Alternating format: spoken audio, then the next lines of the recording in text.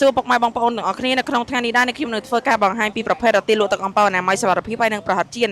ជាប្រភេទចាប់ខ្ចប់ម៉ូតូចំហៀងចាគឺយើងបានរៀបចំរួចរាល់អស់ហើយចាសម្រាប់មួយឈុតនេះដែរគឺបងប្រុសបានធ្វើការកំងទិញទាំងម៉ូតូទិញទាំងរទេះពីខាងខ្ញុំផ្ទាល់តែម្ដងសម្រាប់ម៉ូតូគឺជាប្រភេទម៉ូតូស៊ីរូកម្មប្រទេសប្រាំងបូមចាគឺយើងមានការកែម៉ាស៊ីនជូនគាត់តែម្ដងម៉ូតូគឺមានការកែបូមកែច្រវាក់មញងហើយនឹងចាក់សាំងមកពេញជូនគាត់មុននឹងយកទៅផ្ទះចាសម្រាប់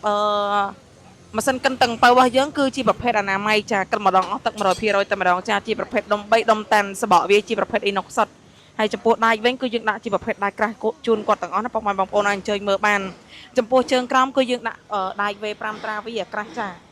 នេះបងប្អូនអាចមើលបានណាចាអានេះ V5 ហើយមេបន្ធូននេះគឺ V4 ទាំងអស់អានេះ V4 រត់ទាំងអស់លើនេះចា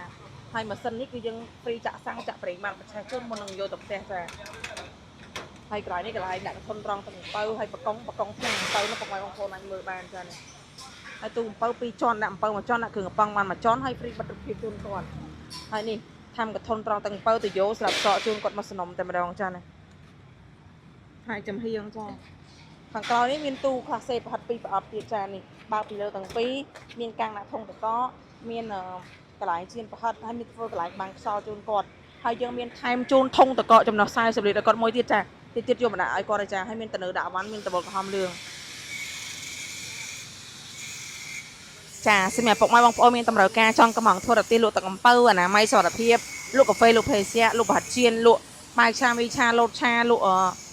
ត្រីបវលមន់បវលគោដុតអីចាគាត់អាចធ្វើការតាក់ទងសាកសួរព័ត៌មានលម្អិតបានណាចាសម្រាប់ទីតាំងរបស់យើងខ្ញុំគឺនៅភ្នំពេញនៅផ្សារដំកៅលើផ្លូវ271ចាស្លាយយីហោរបស់យើងខ្ញុំគឺឈ្មោះផាត់តារាចាជាចុងក្រោយនេះខ្ញុំសូមអរគុណពុកម៉ែបងប្អូនទាំងអស់គ្នាដែលបានតាមដានទស្សនាវីដេអូរបស់នេះខ្ញុំចាប់ពីដើមរហូតដល់ចប់ចាសូមអរគុណ